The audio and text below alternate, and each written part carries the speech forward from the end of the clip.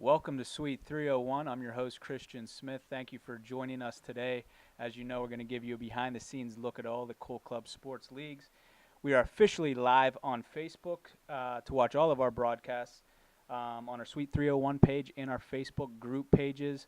Also, another reminder, remember to follow our Facebook group pages and Twitter for the latest news.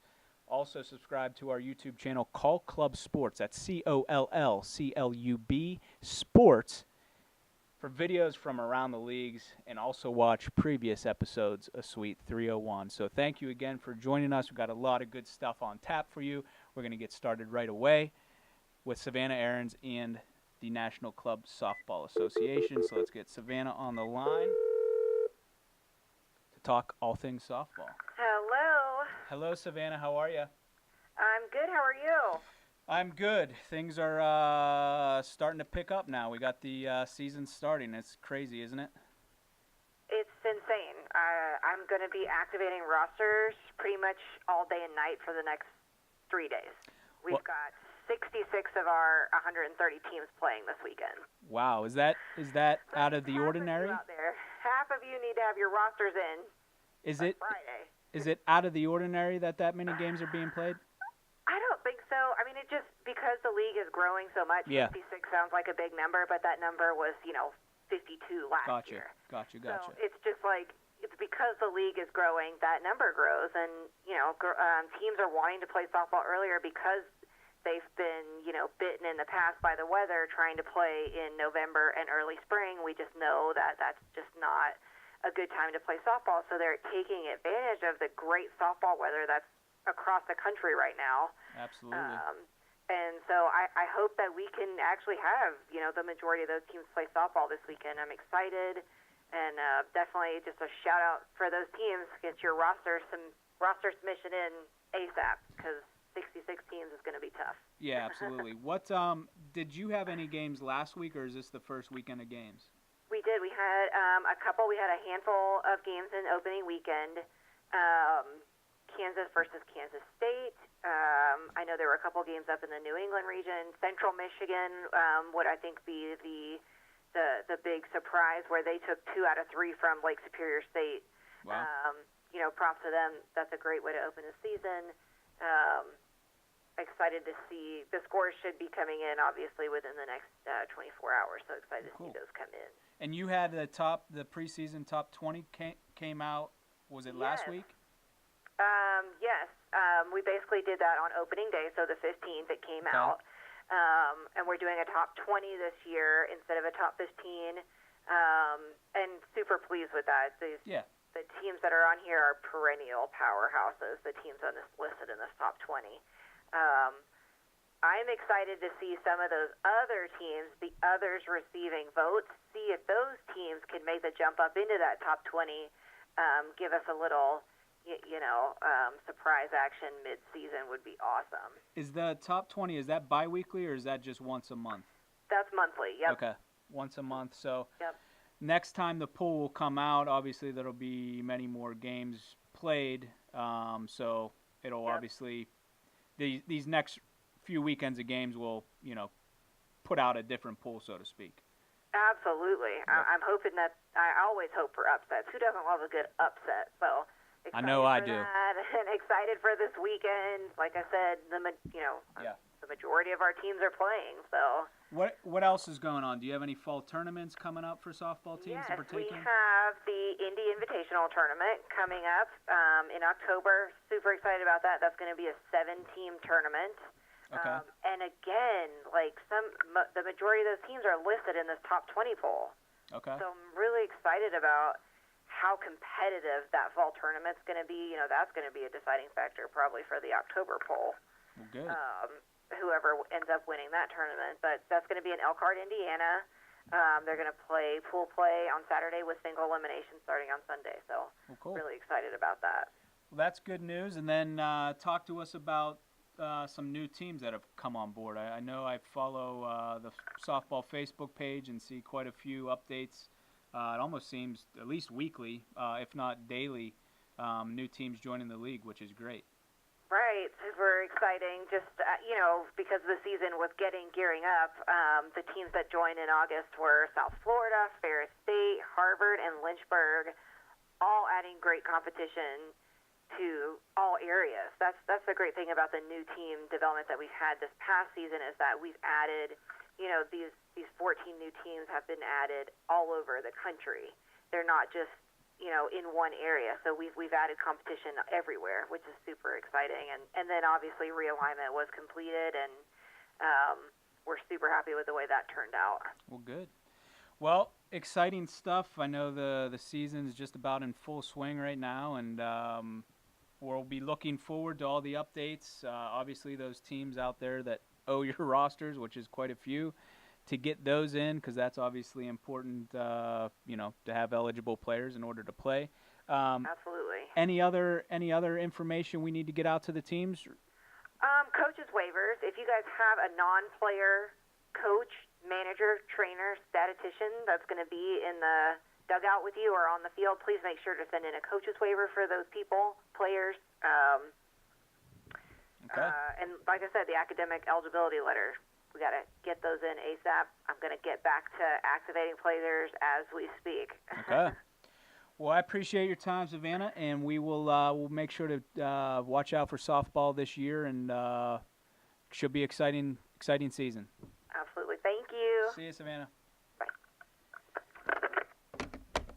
Well, softball off to an exciting start, and we're going to jump right into spring training operations, which used to be run by Savannah. So we're going to welcome Tracy Reardon onto the set, the new director of spring training operations. How are you? Doing well. Thanks. You left me. Well, that's good. Good to have you on set. And let's talk about spring training. Sure. What's going on? It's kind of crazy that we're already, we have been gearing up for spring training, but Yes. It's now that the season has finally kicked off for both baseball, fall, and softball. It's kind of more real now for the teams to be able to say, we've got our schedule out. We can now think long term. Yes. And, it was great to see a lot of on softball, even just interest-wise on schedule requests, and then even with baseball, teams marking off days that they want to go to spring training. So the big thing is just registration. It's been open, but like I said, now that the teams are back in school, it's more a priority for them to be able to do that, and more accessible that they have club sports or whoever needs to sign off on their paperwork. Get your registration in sooner rather than later. Because as soon as the middle of the semester hits, when you're thinking about Thanksgiving and Christmas break, you're not going to want to have to deal with that at that time. And also just fundraising. It's an expensive trip, and if you don't budget properly and well in advance, it's going to come back to bite you. So, Yeah. Well, I know I saw a couple teams already send their payments in. I think we had 2 yesterday in the mail, which is great. So things are moving along. There is the registration deadline where you can save the early registration deadline, which is November 15th. Correct. They save $75. Okay, so that's an easy fundraiser right there, saving $75 by just registering early. But yeah, like you said, it is something that now schedules are starting to come out, and schedules for the spring are already out for a lot of teams. It's almost tangible for these teams. Like, okay, the spring season is going to be here before we know it, so we should start thinking about spring training because it is an awesome trip. Absolutely. So, yeah, very good on that kind of stuff. What teams are signed up right now? Kentucky, they've signed up. Wisconsin, Madison, D1, T2, and Pittsburgh State. They're actually a new team. They've never been to spring training before. Well, that's great, and that's what we like to see is new teams experience it, because I'm sure once they experience it once, they'll be back every year. So that's great. Definitely. Talk about the host hotels. We have some host hotels that are under contract. Yeah, we have 4 out of 5.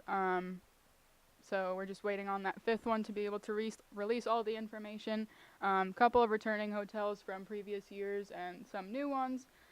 So please just stay tuned about the press release that's going to come out with all of that information. As soon as it's released, you guys can go ahead and contact the hotels and tell them that you're under the block for the NCBA spring training, and you guys will be getting discounted rates for this coming year. So when it's a good thing this year, I don't know if a lot of teams, I don't even know if you've really announced it to teams, but we cut out that third-party hotel booking agency right, where anytime you have a third party, that means another person has to get their kind of chunk share. of the action, Yeah. share of the action, so to speak. So cutting that out, we're able to get teams better rates Correct. at the hotels, which is obviously a good thing, and I think that was a concern for some teams. And hopefully a last smoother process. Booking process. So that's a great thing. I hope that when we do announce the hotels, that's something that we kind of reiterate to them, that we are getting you better pricing. The hotel booking process will be all dealt with.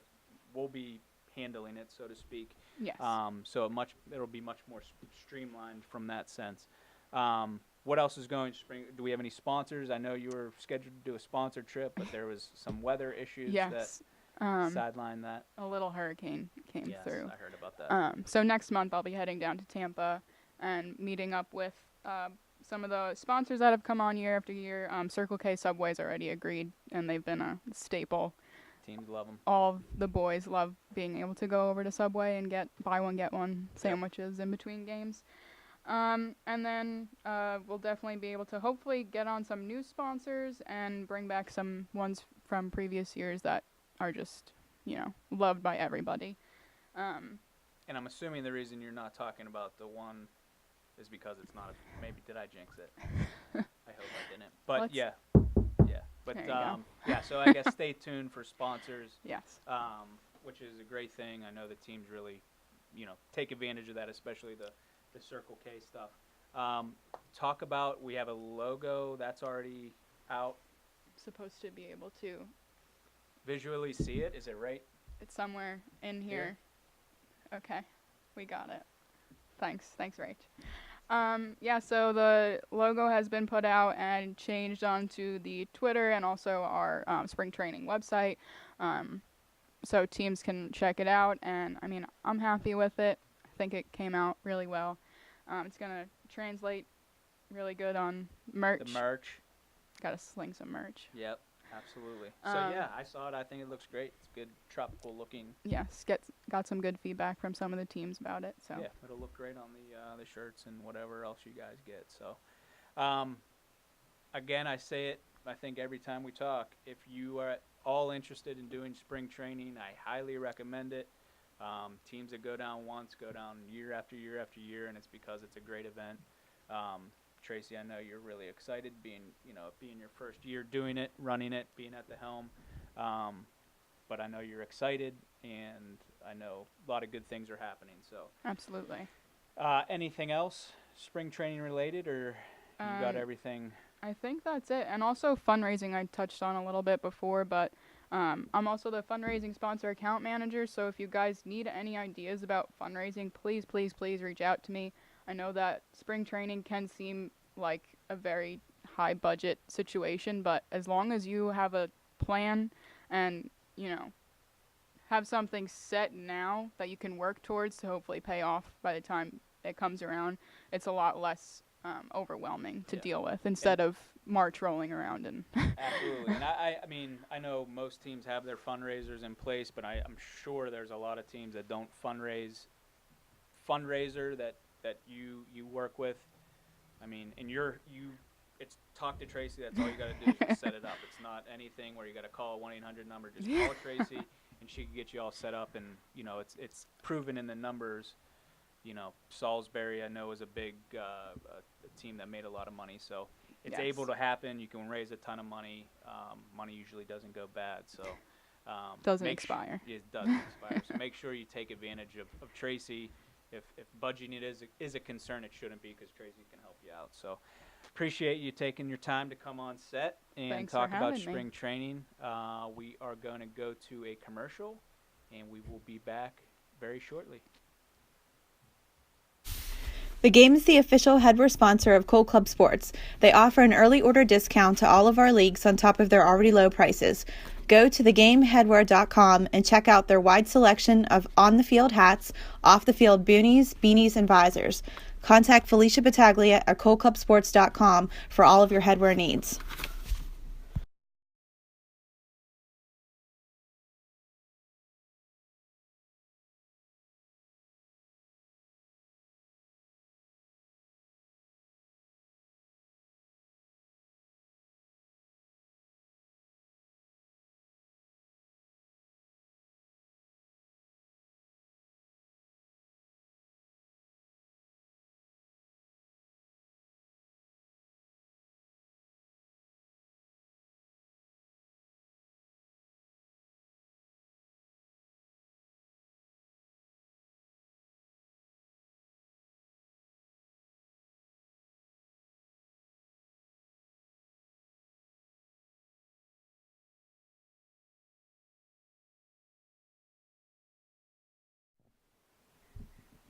All right, welcome back from that commercial break. I'm Sandy Sanderson, and I'm pleased to be joining you, Christian.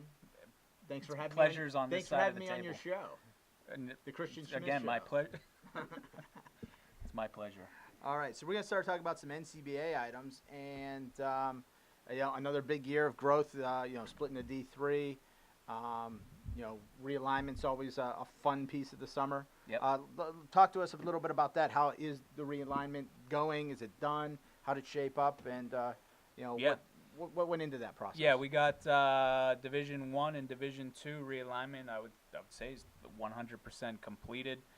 We made a little move. We just completed at the D1 level this past, I guess, yesterday, which was Mississippi State, which was a brand new team to the league this year. When normally a brand new team, we start them at the lowest level, which would have been Division 3. Didn't have a conference for them at the D3 level, nor did we have a division for them at the D2 level, so we actually had to put them right into D1, into the South Atlantic region.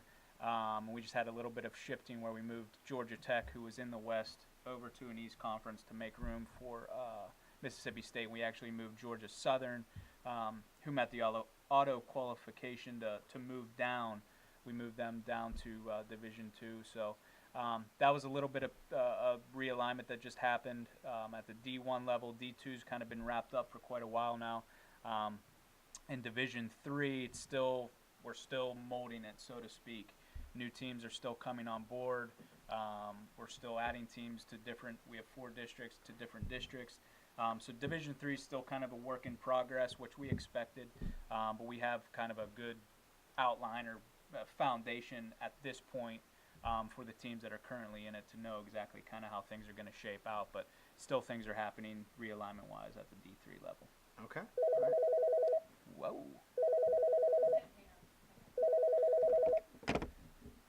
All right. I'm getting calls. Telemarketers. Yes. Telemarketers. They got our Gosh set darn number. it. I thought this line was unlisted. All right. So, we're actually in play for baseball. Yes. So we're into D3, we're into week 3 of the Yes. season now. What's going on? Like anybody? It's early in the season, obviously, to say who's going to the World Series. But anything interesting? Any upsets? Anybody cruising like you'd expect? At this point, like you said, it's really way too early. At the D1 level, we had, I think, 6 or 7 games played, so not a lot to really kind of gauge off of. Division 3 is kind of the same way. There was only a series or 2 played, non-conference. But at the Division 2 level, with the regional playoffs being moved up a week earlier, Eric had to get games being played, so I know there was a ton of games played this past weekend. The scores are all updated. I took a look. It's still too early to say if it's an upset or not because you really don't know, how a team's going to shape up for that year. But, yeah, Division 2 had a ton of games being played. The scores were, from what I looked like, are all updated. So, games are getting played. It's way too early to kind of make assumptions at this point. But, yeah, we're rolling. I mean, it's crazy to think that we're already back into baseball because it seems we just closed up the books on the World Series events and even regional playoffs. But yeah, it's crazy. It's things are moving along and it's new season is here. All right, and one of the traditions of the NCBA fall is the fall invitational tournaments. It seems like there's a whole circuit of them around the country. Yep. Not necessarily all at the same time, but we have a couple this weekend coming up, right? We have. Talk to us about that. We have 2 this weekend. We have the Battle Creek Blast, which I believe it's the 4th or maybe even 5th year up in Battle Creek that we've been doing it. Alex Kane, who will be on set here in a little bit to talk Division 3, he's running it. It's a 12-team tournament. It looks like a great field of teams, and it should be a great event. It has been for numerous years, so I know they're really excited. I think quite a few people in the office are going up to attend the event. And then we also have the Butler County Classic, which is what I'm running this weekend. It's an 18 tournament. I'm really excited about it. It's got a great field of teams, Pitt, Maryland, Slippery Rock's in it. And it's going to be at Highfield, which has a 2-field complex. Took a tour of that a couple weeks ago. 2 really nice fields. I'm really, really excited about it. And I know the teams are really pumped up about it. So that's really exciting. And then in a couple weeks, a month or so, we're going to have the Greenville Fall Invitational, which Rachel and Tracy will be running, but that's probably in its 4th or 5th year, maybe even more than that. And then later in October, we have the Henderson Fall Invitational. I think that's October 20th through the 22nd, which is right outside Las Vegas. That'll be the 2nd year doing that. So yeah, lots of great events. I think we're pretty much filled for all of them. But if it's something, I know it's kind of, thinking till, next year, but if it's something that you guys want to get involved in a fall tournament, yeah, definitely reach out to us and we'll make sure to get you on a email list that whenever we're starting to take registration, we can get word out to you. But Absolutely. And the fall tournaments are a lot of fun. they are. I mean, for one, yeah, you're competing for a trophy, but it's not like make or break your season. It's a great way to get the freshmen engaged with the team. It's kind of some of the first Yes. team-oriented activity Yeah, of well, the fall. I can only speak for, I believe the Battle Creek Blast, the Butler County Classic, I believe Greenville and Henderson. These NCBA sanctioned ones, they're exhibition. They're not non-conference, so it's just about having fun, starting the season off, probably playing the first games of the year, figuring some stuff out on the field. If you lose, it's not a big deal. It's not going to matter. It's not going to matter on your record, standing stats. So it's really just about to get out there and just have fun, enjoy, playing baseball in the fall and yeah, learning some things about your team. So I'm really excited about it. That's what kind of makes it nice. It's not so formal. It's more of an informal tournament where you're just having fun and enjoying baseball. Right. All right. Well, hey, I think we're going to transition to our next segment, which we've appropriately titled Timeout with Tanner. Tanner Duncan's going to be joining us. Tanner, for those of you that are Really like that. regularly watch the show, Tanner was our D1 World Series MVP from East Carolina and now a pitcher in the Houston Astros organization. So let's get Tanner on the line. Tanner, Sandy, and Christian, how you doing today? I'm doing good, man. How about y'all? Oh, we're doing Doing well. Welcome back to the show. Yeah, glad to be back. Thanks for having me again. Absolutely. So, quite an impressive, for those of you tuning in for the first time, Tanner won our World Series MVP title, winning the national championship with East Carolina down in North Carolina back in May. Signed with the Houston Astros organization shortly after and went down to Florida to play some rookie minor league ball. And we had him on the show at that time. He told us about the process of getting signed. And now we want to hear about how the season went for you. How'd your first season of professional baseball go? I think it went pretty well, man. Looks like it. Yeah. I mean, my numbers were pretty good. I threw pretty well. I had a couple outings, the first inning where I struggled a little bit, but all in all, I was pretty pleased with it. I think they were pretty pleased with it as well. So I'm pretty happy with it. I was starting to get fatigued a little closer to the end, just because of I threw a bunch of innings during the season. I threw a lot of innings down there as well. And that Florida heat will get to you. So getting a little fatigued, my arms getting a little tired, but other than that, everything went pretty well, man. Excellent. Now talk to us. Your NCBA career. You've been a starting pitcher. You've been known to go the distance a lot, including the national title game. You went all 10 innings. We look at your stat sheet. It looks like your longest outing was 4 2/3 in minor league ball. Did they have a plan for you, a low pitch count, or despite your numbers being great, how come the amount of innings you've thrown per start really didn't, stack up like that? Yeah. They typically have a plan for you when you go out there.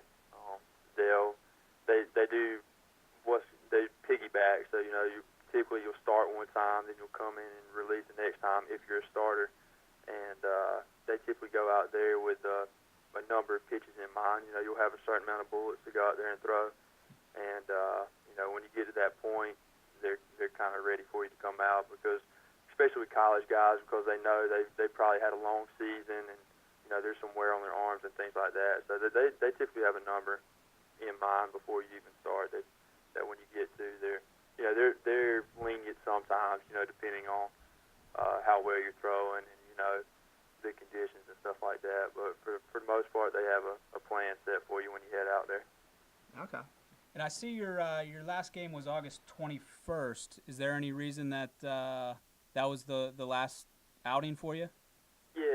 I experienced a little bit of soreness, shoulder soreness, which Okay. like I said, it's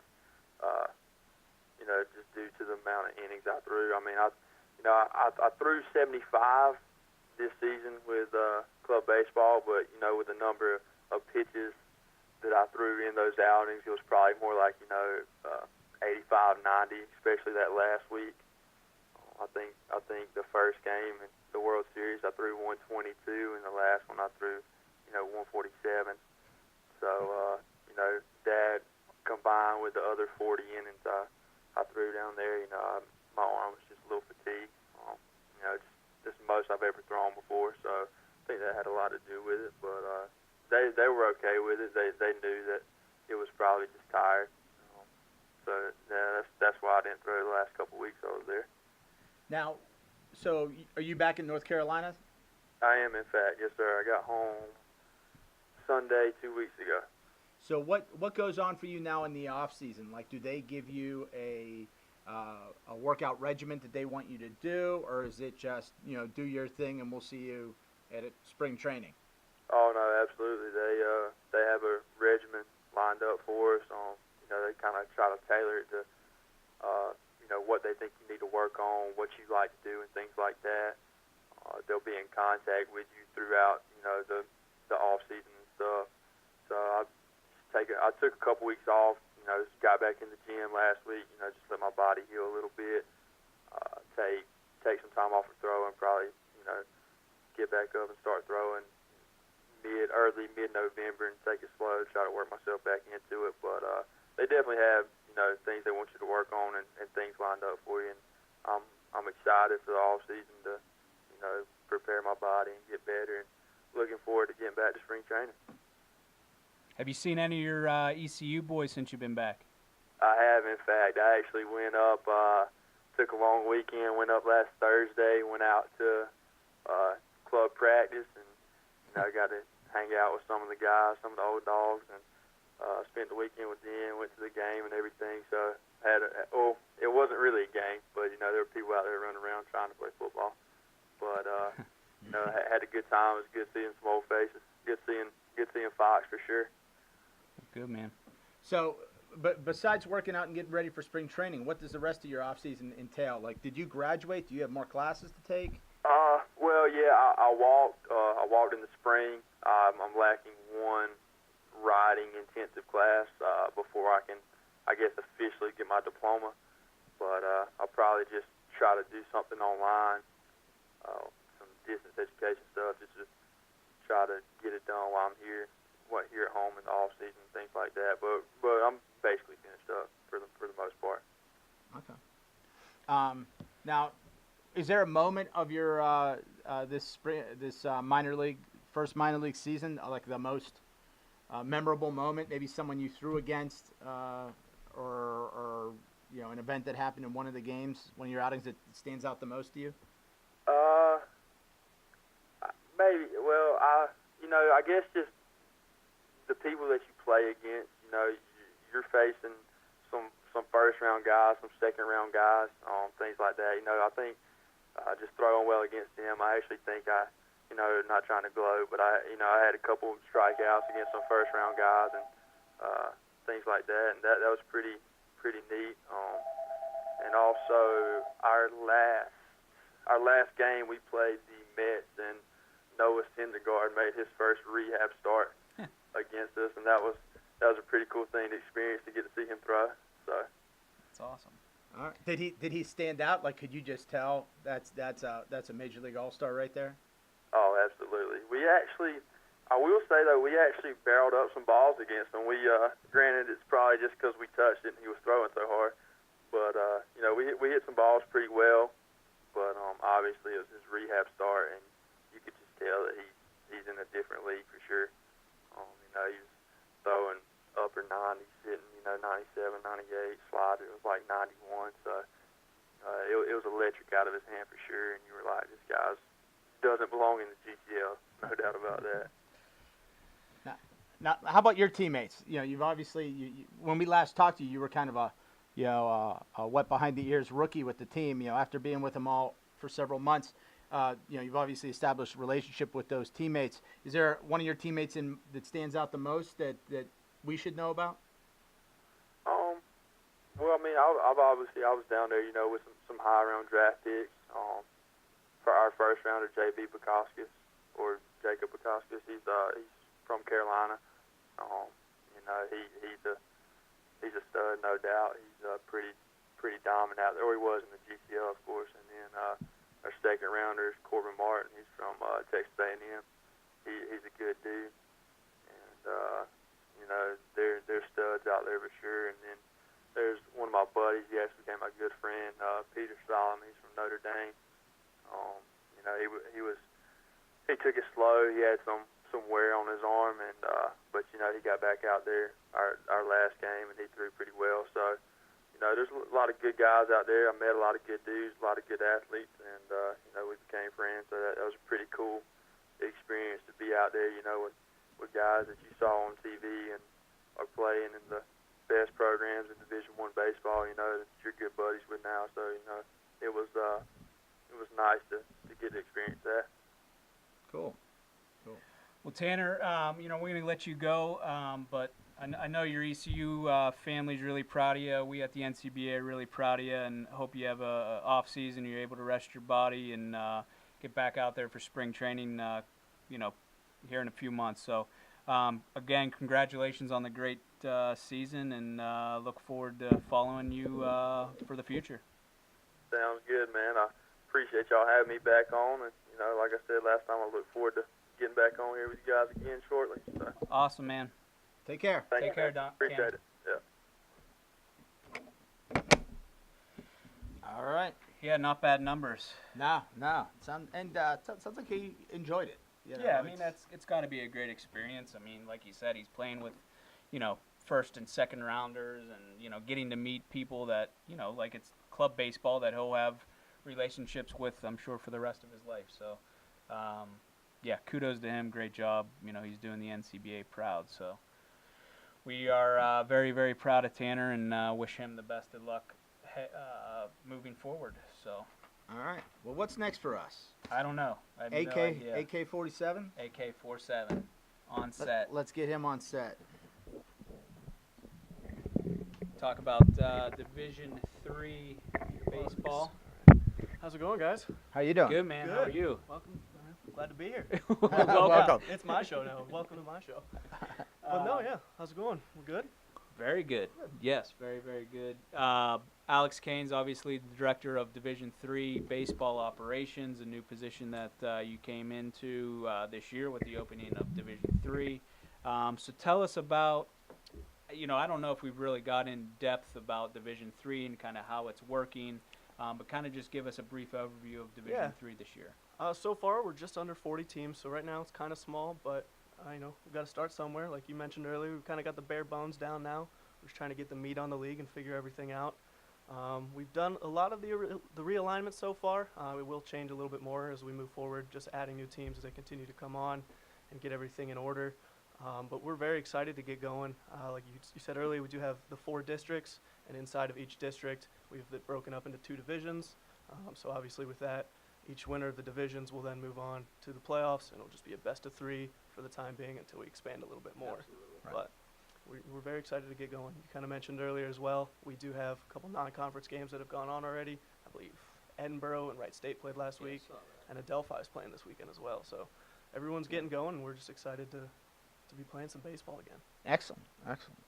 Yeah, I mean, it's something where, yeah, I mean, we're rolling. I mean, teams are playing. It's not like we're still figuring. I mean, things are rolling, but as teams, if you're still a team out there, or your buddy plays or goes to a school that might not have a club team that wants to join, what's great about Division III is, you know, and I'm not disrespecting any Division III teams, but it's a, you know, a developmental league where you can really learn the ropes of club baseball, and really figure out how things work, and then work your way up to Division II and then even up to Division I. So, I mean, if you are out there a new team, Absolutely. you're the guy to contact. Yeah, as well. I'm the team development coordinator as well. So, anybody who's interested in joining the league, reach out to me. We're happy to have you, and you'd be a great fit for our league.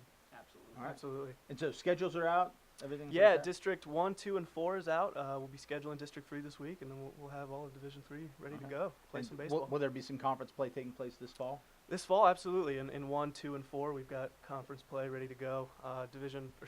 District 3 is spring only, so Okay. they'll have to wait until, mid-February to start playing some games. But I know they're very eager to get going as well. Okay, good stuff. All right, well, I think that's it for Yeah. AK. Appreciate you dropping on no, the no set. problem. We I were, appreciate we you were guys having me. very eager to hear more about D3, and thanks for filling us in. Yeah, no Yeah, problem, guys. Thanks absolutely. for All having me. Thank you, Alex. So we're going to head to a commercial, and we'll be back in just a minute. Rawlings is proud to be partnered with Call Club Sports. If your team is in need of any products that Rawlings has to offer, contact us today. Rawlings, the finest in the field.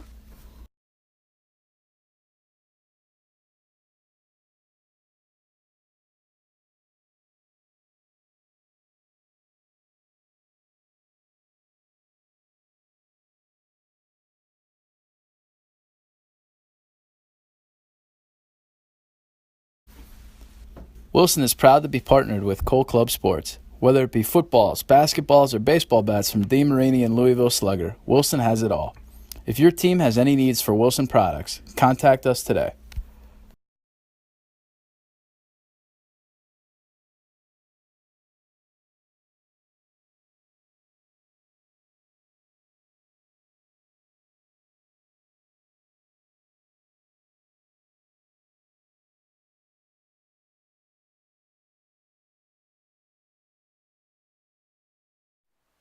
Welcome back to Suite 301. We are going to be, I'm still here, joined by Sandy Sanderson, president of Call Club Sports, and we're going to be talking about the NCBBA, which is going to be getting underway here pretty soon, correct? November 1st. the season November kicks off. 1st. So talk about what kind of in-house or housekeeping things teams need It's to do. crazy, right? It's awesome. It's crazy. We've added, so far, we've added, well, heck, I'm just going to make an announcement. Since I've been on set, University of Penn's come on board. University of Pennsylvania's come on board. So Wow. they're not on the website yet because I've been on set and I'm on my computer here, but they are officially in the league now. So that will make our 28th new team to join this year. Wow. They're going to slide into the Mid-Atlantic Central Conference. The Mid-Atlantic Central Conference has existed for about an hour. Some people from the Mid-Atlantic are like, I've never heard of the Mid-Atlantic Central Conference, but we had a realignment meeting today because the South Atlantic North Conference had filled up to 11 teams, way too many for one Yep. conference. So we peeled off the Baltimore branch of those teams, moved them into the Mid-Atlantic South, and then sort of just shifted some things. So we basically created a Philadelphia-only conference, which UPenn will slide right into, and so forth. So 27 new teams. We are up to a grand total as we speak of 89 teams being in the league. Wow. I'm not done yet. My Is goal's it- 95. 95 is my goal. It's not 100. No, it's not 100 for this year. 95 is my goal. So I need 6 more to get to our goal of 95. Boom, boom, boom, boom. So yeah, things Well, are that's coming great. along. Yeah, great And job there. I mean, Thank you. And we got these teams straggling to come on at the last moment, causing some realignment issues, but they're good issues. So with that realignment, we're going to be releasing the South Atlantic North schedule tomorrow, and the Mid Atlantic South schedule should be tomorrow, and then the Mid Atlantic Central. Now that we get UPenn in the mix, we should have that out by the end of the week, and then. We've grown to the West Coast. That's a big item there. The Southern that's what I Pacific. see. We're up to 8 teams out there now, and then we've got some more realignment to do. The great, Now, can I interrupt you with the Southern Pacific area? Did we have anything last year, or all these 8 new teams brand new those this 8 year? teams are all brand new. We had nothing on the West Coast last year. And who was the first team that kind Grand of, Canyon University? which I believe will be speaking with their Yes, I their believe Mark Mark- Nelson. Mark's going to be joining us here Um, shortly. So was it a function of Grand Canyon joining and that tumbleweed effect that we talked about? Absolutely. It's actually, I've been using the term zipper effect, just from the way it worked over there. It it started with Grand Canyon and it worked its way west to Southern California, and then it turned and started going up the coast, and now, teams are, hey, I just heard this team just south of us joined. Hey, I just heard that team just south of us joined. And we're working our way up, and who knows, we might be in Oregon soon. I would maybe rethink the zipper thing, but that's your Okay. call how you want to call it. All right. But that's great. I mean to have no SOPAC region, and then all of a sudden we have a SOPAC region, which Right. I'm assuming is gonna. I don't know exactly where all the teams in the SOPAC are, but I'm sure it's just gonna kind of just branch out, Mitigate up further up into Oregon and yeah, Washington. zipper up into the north of Northern California, and even farther north. So And this that's huge. With 8 teams in the SOPAC, if we add one more, which I fully You can expect split? us to, we have to split.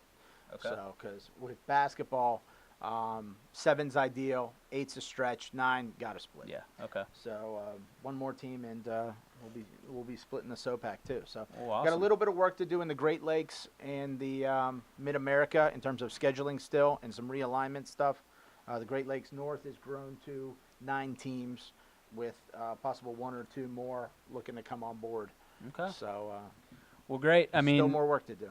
yeah, great job. NCBBA is just exploding with new teams, and it's just a fantastic league, and it's a young league. So that just shows how awesome it's just going to keep getting. So great job to you.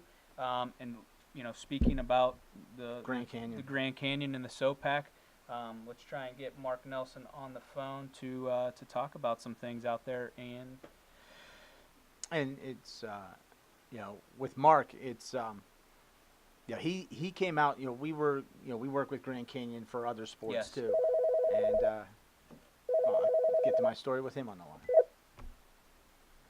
Mark, Sandy, and Christian, welcome to Suite 301. Thank you. Yeah, great to be here. Absolutely. I was just getting ready to tell Christian the story about how we worked with Grand Canyon for many sports, and then you guys had interest in basketball, so you decided to take the trip up to Cleveland last year to check out our national championship. And obviously, you must have seen something you liked, because it didn't take you long to go back to Phoenix and formally join the league. Yeah. We had set up a meeting with Sandy while we were out there just to kind of discuss the future. We really liked the organizational part of it. Obviously, the numbers of teams that had been a part of the NCBBA kind of speaks for itself. You don't have that many teams and that many good universities being a part of something if it's not good. Our biggest thing was that, are you going to be able to expand out to the West Coast? And so they, talked to us about that's what they wanted to go. Their next step was to expand out this way and get some teams going. And, we pretty much had decided on our flight coming home that we wanted to be a part of it. Well, we certainly are glad that you took the gamble on us and joined, because often, and you and I talked about this. There's a domino effect. Someone has to be the first one to jump in the pool, or else everyone else sits on the sidelines. And we really appreciate you taking the risk, or having the faith in us to formally come on board as that first team. Because look where we've gotten so far. We went from 1 to 8 in just weeks, and it didn't take long after you to get Arizona State on board, and then UCLA, USC, and now we're sort of working our way up the California coast.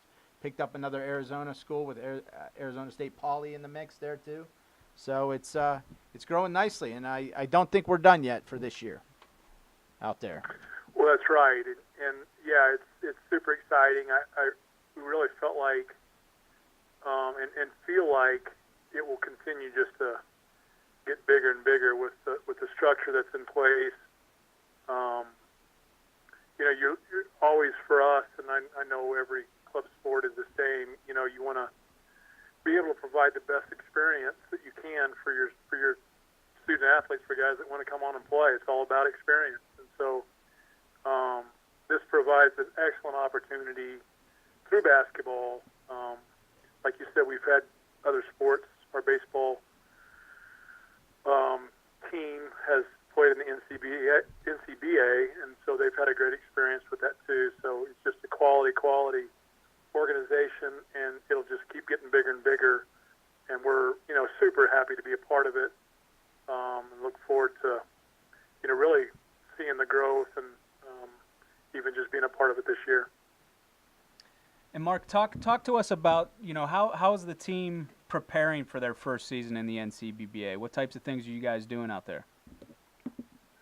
Well, we're just we had a pretty strong team last year, and that was our first season doing it, and getting into a club basketball, having club basketball teams. Our vision is we really want to grow our teams. We're in the process this week of having we don't really call tryouts because we want to try to have, if we have 30 or 40 kids that want to play, we want to form teams for, as many kids as we can, because, again, it's about the opportunity. So, we're anxious to see. We had a lot show up for our informational meeting on top of the team that we had last year. So it's really just, getting organized, getting our practices put together. We'll play some junior college games also along the way. We've already scheduled some of those out. Again, it's good for us to have multiple teams to be able to go play, the junior college schedule too.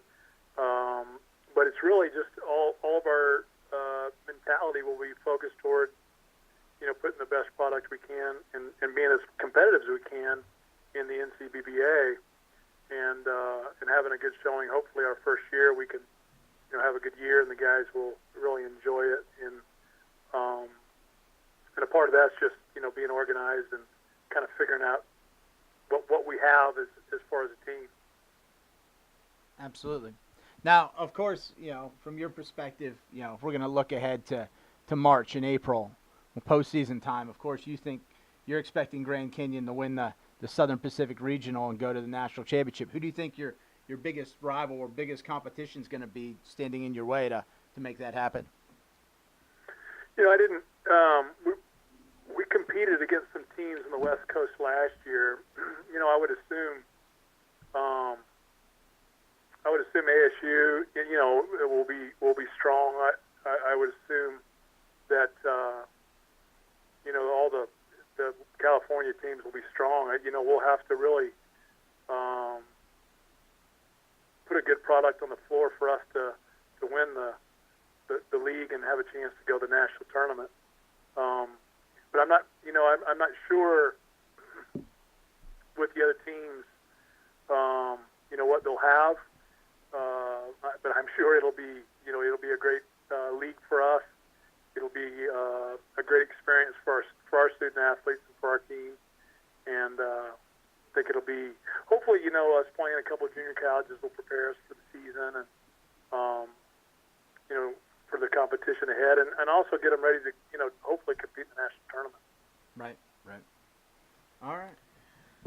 Well, Mark, we appreciate you taking some time and joining us here on the set. And, lots more growth coming in the NCBBA. And, I think we'll have your schedules out here soon. And as we work our way west, and look forward to working with you guys this season. And maybe we'll see you at the national title. Absolutely. That'd be great.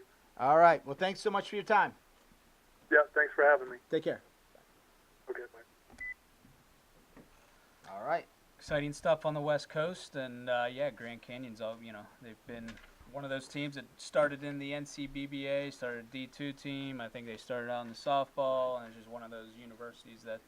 And it's a school that I'd never heard of a couple of years ago. Now I see they're all advertising all over the TV here. Yep. Apparently, it's just a huge population of students out there. So we appreciate Mark joining us, but we're going to take a break here, pay some bills, and we'll be back. Sounds good. Fundraiser is the official fundraising platform of Cole Club Sports. Teams have the opportunity to create a free online campaign to begin accepting donations in hopes of reaching their fundraising goals. Please be sure to contact Cole Club Sports for more information on this amazing platform for all of your team's fundraising needs.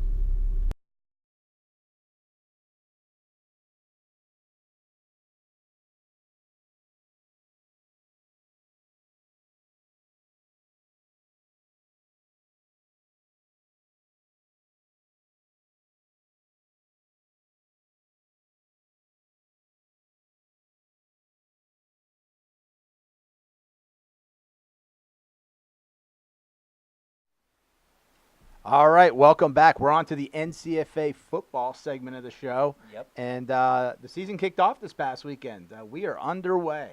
Preseason polls came out. Preseason polls came out. We've got games. We got teams with records. It's official. The NCFA season is underway. And Kickoff has happened. So Any surprises? What's going on? let's see. Well, what do you want to talk? You want to know about surprises or you want to know about polls? What do you want first? You pick. All right, well, let's talk preseason polls. Okay. Let's go through that. No surprise here. Oakland University, defending national champs, #1 in the polls, and they're the #2 team last year, Middle Georgia State, who lost to Oakland in the championship game, #2. Sacred Heart hit the 3 spot. Eastern Connecticut at the 4 spot. Both those are in the same conference, so they're due for a regular season matchup. Coppin State in the 5 spot. Ohio State at 6. That's probably one of the higher rankings Ohio State's ever received. That's good. Expected to have a big year this year. Robert Morris in the 7th spot.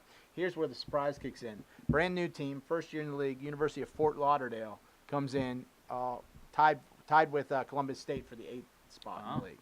So I think Columbus State also at 8, and then Miami of Ohio in the 10th spot. So that's the preseason polls.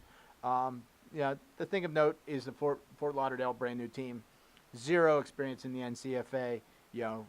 Gets the respect of the voters and gets in at the number 8 spot. So kudos to them for that. New poll comes out tomorrow. So this is yesterday's news. Come tomorrow. So things might shake up. Things might shake up because there were some games and there were some wins and there were some losses there. We can go over that too if you'd like. Let's do it.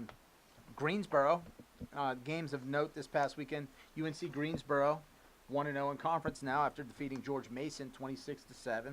Wow. We got Middle Georgia State drops a non-conference game to Georgia Prep.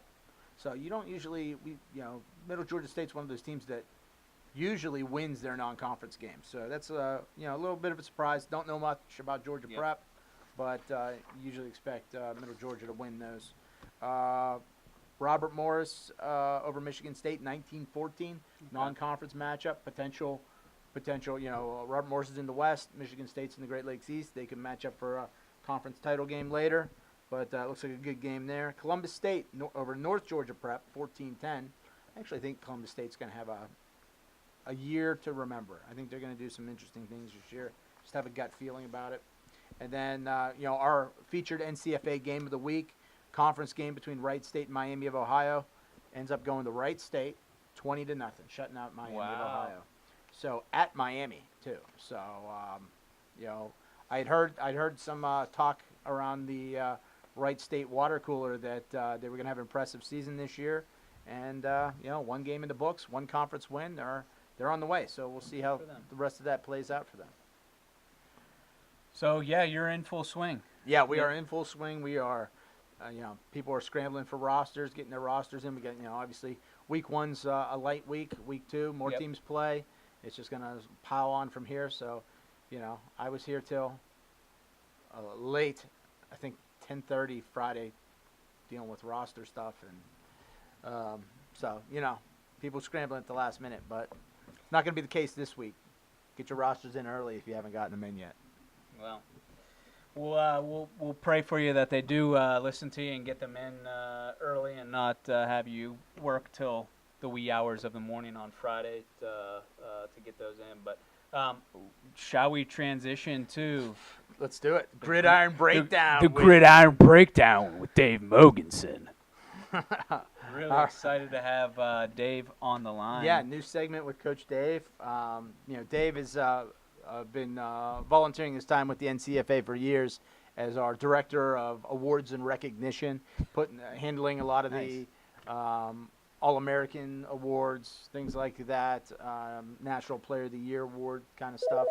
He's great. Ryan Norris loves him in the booth. Oh, he's his right-hand man. Loves him in the booth. You want me to get this?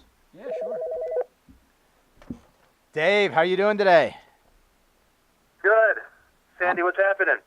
Not too much. We're just in middle of Suite 301. We're happen to be in the middle of we're ready for the Gridiron Breakdown with Mogs segment. Christian, what's up? What's up, Dave? How are you? Good. All right. So what do you got? What are we talking? We're talking. I was sort of explaining to people how you got involved with our program. wanted to get involved years ago. We made him our director of awards and recognition, so he was really helpful on that end. And then having a little bit more available time this year, he's stepped up his game. He's pulling a Ryan Norris. He wants to trump what he's already done with something new. So now he's putting together game of the weeks for us. Well, he's in the booth with Ryan, so I mean, he's learning, or it's almost like osmosis, where it's like it's contagious. It's contagious, exactly. All right. So he's taking a call big. me Norris's understudy. I'll take that. There you go. So talk to. I mean, what's going on, Dave? I mean, are there any big matchups this week you're looking forward to, or what's happening? Yeah, we're still kind of in the mix of working on figuring out what the game of the week will be this week, but we do have a couple of nice games coming up. Right back in the same conference as last week, you got Michigan State against Oakland. That'll be a big game. I would think that those two both have aspirations to win that conference, so the fact that they're playing here early will set the tone a little bit for the Great Lakes East right there with them. And the other big game for week 2 is Sacred Heart of Vermont, North Atlantic game. I think Sacred Heart's going to have a really nice year. They went to the NCAA playoffs last year, and I think they're going to have a nice big year this year. But Vermont is always in the discussion for North Atlantic title, so this should be another good quality game this week. How did you do with your pick 'em for last week's game of the week? Well, not to toot my own horn, but we did go with Miami and Wright State as the game of the week, and I did say Wright State was going to win, and they did win. I thought Miami would be able to put a little bit of points on the board, but you guys were talking about the preseason rankings early on here in the NCAA segment, and I think Wright State was grossly underrated in those a little bit. They've been pretty good year in and year out the last few years, so I'm happy that they won their first game. Good for them. Good for them. And all right, so when do we get to talk to us about this game of the week this week? When do we get to find out what it's going to be? We got to wait till Thursday? As we work through the week here, we will submit that every Thursday so people can check out the Facebook page, the Twitter page. That'll get launched every Thursday or Friday, the game of the week. So they'll kind of decide, probably between those are the two finalists, Sacred Heart and Vermont, Oakland, Michigan State. And there's some other good matchups. It's always tough to pick. But we'll get that released. Same thing. We'll have a nice little video. Try to get some highlights from the week 1. Although Vermont and Sacred Heart haven't played yet, but Oakland and Michigan State both played. So they can look for that. Jump on the Facebook page, the Twitter page, and when it gets released on late Thursday or early Friday. And are you going to be going out like College Game Day style and like broadcasting from the game of the week? I don't think I will be flying out to any of these places. But we will try to get as much as we can with current videos and talk to some coaches and things along those lines. Well, I did see the video. I guess it was the game of the week last week, which was it Wright State and Miami? Right. Wright State, Miami. Yeah, I saw the video. I don't know who put it together, if it was you or what, but that was really cool. So yeah, we were trying to step up our game a little bit and elevate some things, and that's something we thought we could do is add some video, add a little more multimedia to what we're doing with the awards and recognitions and things like that. And that's only gonna. I mean, you put that stuff out there, teams are going to want to have it happen to them. They get a video, be the game of the week, and I already know that Facebook group is already. They talk quite a bit on it already, so I'm sure that's only going to increase the verbal assault. Yeah, I mean, I think it's a good thing. People are going to absolutely want to be part of it. They're going to want to be picked for it. They're going to want their team to be represented in that. So good job. Absolutely. All right. Before we let you go, got one more thing. Talking about stepping up our game and some new stuff. We did a preseason All-American watch list this year. Wow. Correct, we did. That's the first time we did that. Yeah. So talk to me a little bit about it. Is there who do we want to highlight on this list to be who's the front runner for NCFA Player of the Year? I mean, it's a tough thing to say, but everybody is not playing in week 1. But I thought a couple of people that were on this list at least stood out in the last week. UNC Greensboro had a big win, and they look like they're having a big, powerful offense. Their quarterback had a nice week. Brandon Travis came out, had a nice week. They had some guys catching the ball. Chase Jones, and Alec Warren had some big games. So since not everybody starts in week 1, it's tough to say who's going to continue. But we had a nice list here of some guys that had some good years last year, or guys that we suspect are going to have good years. But just looking at the games of the week this week, you got some guys like at Sacred Heart. Jordan James, their tailback, is returning, so we're expecting him to have a big year. If you look on the other side of the ball, Mark Behringer was kind of a two-way safety and wide receiver for Sacred Heart. We expect him to, again, be among the best players in the NCFA, so he'll get a chance to crack at it here for week 2 with their first game. And then, Oakland had that preseason type game with them, but they have a lot of guys on their team that, as can be expected for the returning national champ, should have big years, from their quarterback, Ben Hatchjar, all the way down. They have Malik Petway, the big fullback tailback that we've seen in the title game, 2 out of the last 3 years. And then the big person for Oakland that you got to keep in mind is Bobby Sad. He had an interception return for a touchdown. So last year he was NCFA Defensive Player of the Year, and he's back again. And in the first week he had a few sacks, then he had a pick 6. So I think he's lining himself up well for another big year. All right, good stuff. Well, hey, I guess that brings us to the end of the Gridiron Breakdown with Mogs. Thanks, guys. I appreciate it. And then, like I said, look for a Thursday or Friday to be released of the Week 2 NCFA Game of the Week. Sounds great. Thanks, Dave. Thanks, Dave. Thanks, guys. Talk to you soon. See ya.